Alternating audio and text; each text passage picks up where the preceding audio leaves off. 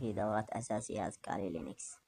طيب في درسنا لهذا اليوم ستتعلم كيفية عمل تحديث للكالي لينكس أو تحديث الأدوات. ببساطة جدا الأمر لدينا السودو بهذا الشكل و apt بهذه الطريقة، وسوينا مثلا update بهذا الشكل. هذا يقوم أو هذا الأمر يعمل على تحديث كافة الأدوات أو عمل update للأدوات المتواجدة لدينا بداخل الكالي لينكس. الجزئية الأخرى لدينا أيضا أمر آخر يعمل على عمل upgrade أو ترقية النسخة إلى نسخة أحدث أيضا عن طريق استخدام الأمر الذي يدعى sudo update sudo apt وبعدين full upgrade. طيب ننتظر حتى يستكمل عملية التحديث بهذا الشكل.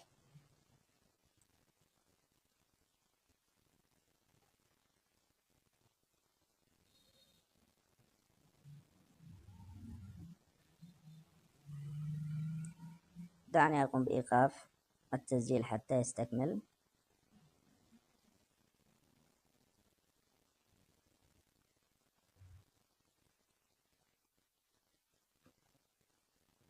جميل جدا، لاحظ معي بالشكل التالي.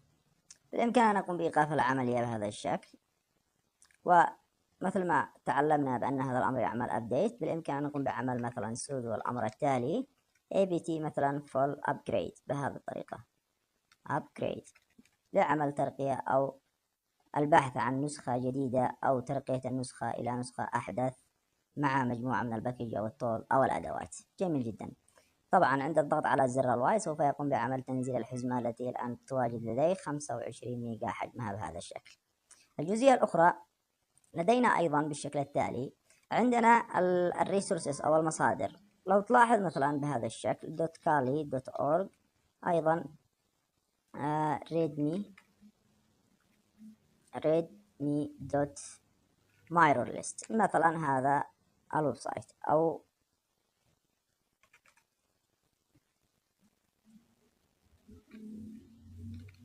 المصدر الخاص أو الباكجات الخاصة بالكالي لينكس. فلو تلاحظ معي بالشكل التالي بالإمكان أن أقوم بعرض مثلا هذا المايرور ليست بهذا الشكل. هذا الرابط سوف أضع لكم أيضا بالوصف. لدينا أيضا روابط خاصة بالباكجات أو المصادر الخاصة بالكالي لينكس. بالإمكان أن تقوم بعملية قراءة الملف التالي الذي يدعى apt أو cd مثلا بهذا الشكل، وأسوي etc مثلا بهذا الشكل apt.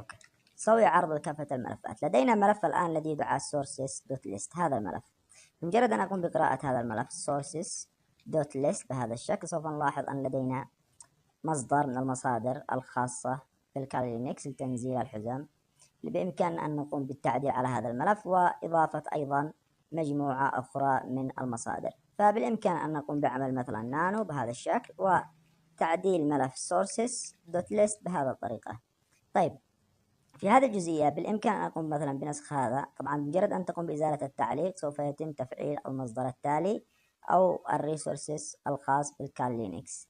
طيب بالإمكان أن أقوم مثلا بعمل نسخ بهذا الشكل بهذه الطريقة مثلا، وأقوم بعمل لصق بهذه الطريقة. طيب سوف أقوم الآن بإزالة التعليق بهذه الطريقة أيضا بهذا الشكل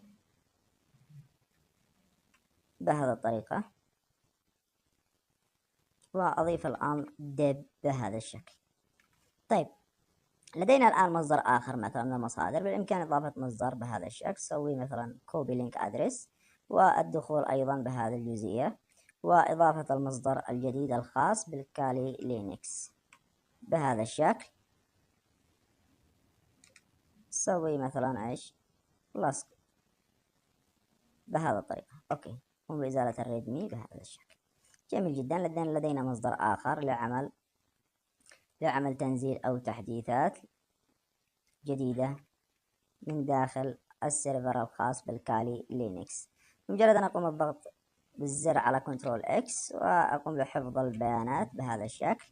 طبعا في هذه الجزئية ليس لدي permissions بهذه الطريقة. لكي أقوم بالتعديل على هذا الملف سوف أقوم بعمل نسخ copy selection، وأقوم أيضا بتسجيل الخروج من هذا الملف والدخول مرة أخرى مثلا بالروت بهذا الشكل. بإمكاني أقوم مثلا بهذه الطريقة sudo su مثلا root بهذا الشكل. أقوم بالدخول أيضا بهذه الطريقة، والدخول إلى داخل ال EBT بهذا الشكل، واستعراض الملفات بهذا الشكل. دعني أضع التصريح chmod مثلا 77 على sources.list بهذا الشكل. جميل جدا. سوينا أيضا sources.list، وأقوم بعرض ماذا الملفات أو بعرض المحتوى، وعمل ماذا لصق للكود السابق. أقوم بعرض أو لصق الكود السابق بهذا الشكل. جميل جدا.